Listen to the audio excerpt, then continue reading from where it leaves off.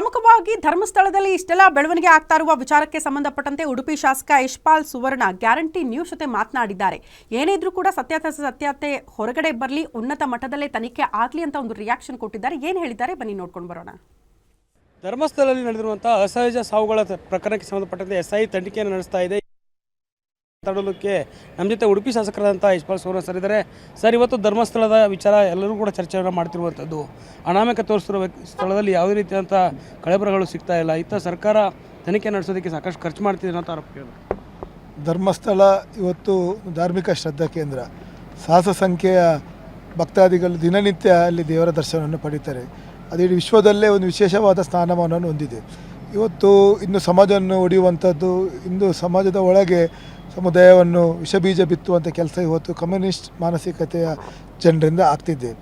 ಇವತ್ತು ಸರ್ಕಾರ ತನಿಖೆಗೆ ಆಗ್ರಹ ಮಾಡಿದೆ. ತನಿಖೆ ಆಗಲಿ, ವರದಿ ಬರಲಿ, ಅದ್ರ ಬಗ್ಗೆ ನಾವು ಯಾವುದೇ ರೀತಿಯ ಚರ್ಚೆಗಳನ್ನು ಮಾಡೋದಿಲ್ಲ.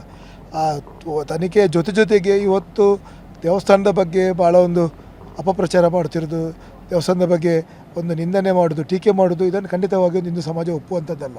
ಅದನ್ನು ಈಗಾಗಲೇ ನಾವು ಎಚ್ಚರಿಕೆಯನ್ನು ಕೊಟ್ಟಿದೆ. ಯಾವುದೇ ರೀತಿಯ ಹೋರಾಟಗಳನ್ನು ಮಾಡಲಿ, ಆ ಹೋರಾಟಕ್ಕೆ ಒಂದು ಇತಿಮಿತಿಗಳಿರ್ತದೆ.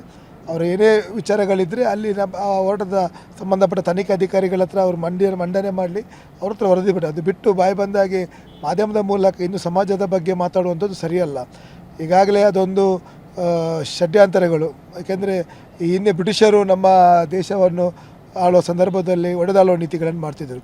ಮತ್ತೊಮ್ಮೆ ಈ ಕಮ್ಯುನಿಸ್ಟ್ ಮಾನಸಿಕೆಯವರು ಇವತ್ತು ಇಂದು ಸಮಾಜವನ್ನು, ನಮ್ಮ ಸಮುದಾಯದ ಒಳಗೆ ವಿಷಬೀಜ ಬಿತ್ತುವಂಥ ಈ ಹಿಂದಿನ ಜಿಲ್ಲಾಧಿಕಾರಿಯಾಗಿದ್ದ ಸೆಂಥಿಲ್ ಅವರು ಆ ರೀತಿ ಮತಾಂತರ ಮಾಡುವಂಥ ಹುನ್ನಾರ ಈ ಹಿಂದೆ ಕೂಡ ಮಾಡಿದರು.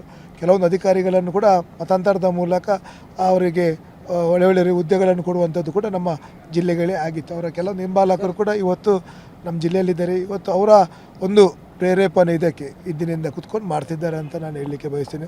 ಮೊದಲಿಗೆ ಅವರಂತ ಯಾರೆಲ್ಲ ಅದರ ಹಿಂದೆ ಇದ್ದಾರೆ ಅವರನ್ನು ತನಿಖೆಗೆ ಒಳಪಟ್ಟರೆ ಸತ್ಯ ಸಂಗತಿಗಳು ಹೊರಬೀಳಲಿಕ್ಕೆ ಸಾಧ್ಯತೆ. ಇದಿಷ್ಟು ಉಡುಪಿ ಶಾಸಕರಂಥ ಯಶ್ಪಾಲ್ ಸುವರ್ಣ ಅವರ ಮಾತು. ಏನು ಈ ಒಂದು ಧರ್ಮಸ್ಥಳ ಭಾಗದಲ್ಲಿರುವಂಥ ಶ್ರದ್ಧಾ ಕೇಂದ್ರಗಳನ್ನ ಗುರಿಯಾಗಿಸಿಕೊಂಡು ಷಡ್ಯಂತ್ರವನ್ನು ಮಾಡಲಾಗ್ತಿದೆ ಅನ್ನೋಂಥ ಆರೋಪವನ್ನು ಮಾಡ್ತಿದ್ದಾರೆ. ಈ ಒಂದು ಪ್ರಕರಣಕ್ಕೆ ಸಂಬಂಧಪಟ್ಟಂತೆ SI ರಚನೆ ಕೂಡ ಸರ್ಕಾರ ಮಾಡಿದೆ. ಆದರೆ ಸತ್ಯ ಹೊರಗೆ ಬರಲಿ. ಆದರೆ ರಾಜಕೀಯವಾಗಿ ಮತ್ತು ಈ ಒಂದು ದುರುದ್ದೇಶ ಇಟ್ಕೊಂಡು ಮಾಡ್ತಿರುವಂತಹ ಯಾವುದು ಆರೋಪಗಳಿದ್ದಾವೆ ಅವೆಲ್ಲವೂ ಕೂಡ ಸತ್ಯ ಹೊರಗೆ ಬರುತ್ತೆ ಅನ್ನುವಂಥ ಮಾತನ್ನು ಹೇಳ್ತಿರುವಂಥದ್ದು. ಕ್ಯಾಮ್ರಾ ಪರ್ಸನ್ ವಿನಯ್ ಜೊತೆ ದುರ್ಗೇಶ್ ನಾಯಕ, ಗ್ಯಾರಂಟಿ ನ್ಯೂಸ್, ಬೆಂಗಳೂರು.